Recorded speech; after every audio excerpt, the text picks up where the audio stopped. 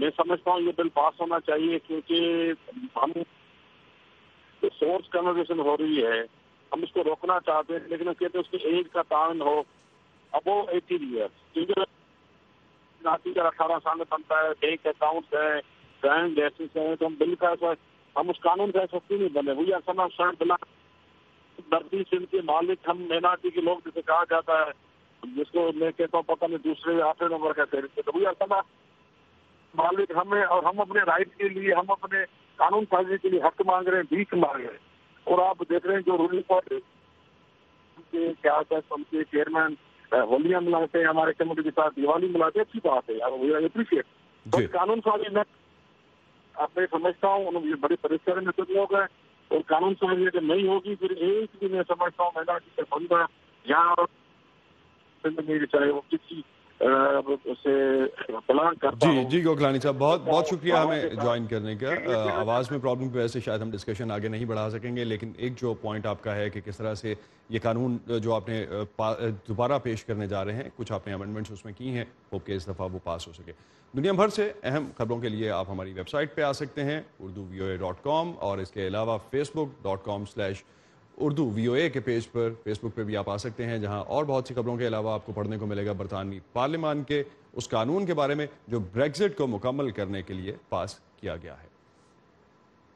بھارت کی 2 علاقائی سیاسی جماعتوں ترنمول کانگریس اور بیجو جنتا دل نے 11 اپریل سے ہونے والے عام انتخابات کے سلسلے میں ایک انقلابی قدم اٹھایا ہے. ترنمول کانگریس نے 40 اور بیجو جنتا دل نے 33% نشستوں پر خواتین امیدوار لانے کا فیصلہ کیا ہے. ان دونوں کے علاوہ بی جے پی, کانگریس یا کسی اور بڑی جماعت نے عورتوں کو اتنی بڑی تعداد میں ٹکٹ نہیں دیے ہیں. یعنی ہر بار کی طرح اس بار بھی بھارتی پارلیمان میں مردوں کے مقابلے میں خواتین کی تعداد کم ہی رہنے کے آثار نظر آتے ہیں. بھارت کی جو خواتین ہیں سیاسی میدان میں مردوں سے پیچھے کیوں ہیں, جانتے ہیں رتل جوشی سے. بھارت میں انتخاب کا بگل بچ چکا ہے.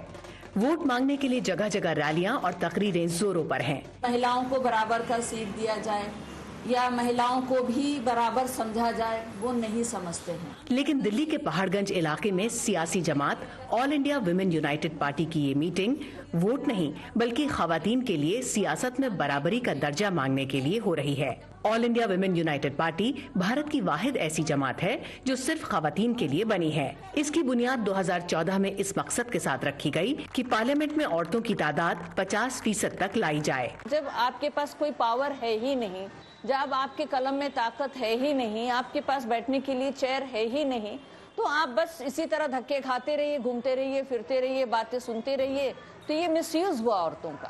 آزاد ہندوستان میں صدر اور وزیر اعظم کے علاوہ 16 خواتین مختلف ریاستوں کی وزیر اعلیٰ بن چکی ہیں. عورتوں نے خارجہ امور اور دفاع جیسی اہم وزارتیں بھی سنبھالی ہیں, لیکن ان میں سے زیادہ تر خواتین کا تعلق بارسوخ یا سیاسی خاندانوں سے ہے. ان کو نارمل مہیلاؤں کا ریپریزنٹیٹو سمجھنا میرے حساب سے ٹھیک نہیں ہے. نارمل مہیلاؤں کا اگر آپ کو دیکھنا ہے تو وہ پھر آپ کو ان کو چھوڑ کے دیکھنا پڑے گا. 2014 میں بھارتی پارلیمنٹ کی 543 سیٹوں میں سے صرف 61 پر خواتین منتخب ہوئیں, جو اب تک کی سب سے بڑی تعداد ہے.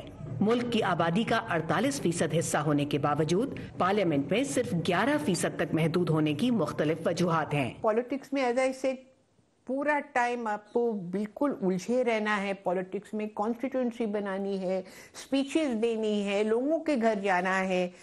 وہ مہیلاؤں جن کا ایک گھر پریوار ہوتا ہے ان کے لیے مشکل ہو جاتا ہے. سب پارٹیوں میں آدمی ہیں جو نیتا ہیں, اور ان کے ارد گرد جو ہیں وہ بھی آدمی ہیں کہ وہ دقیانوسی خیال کے ہیں.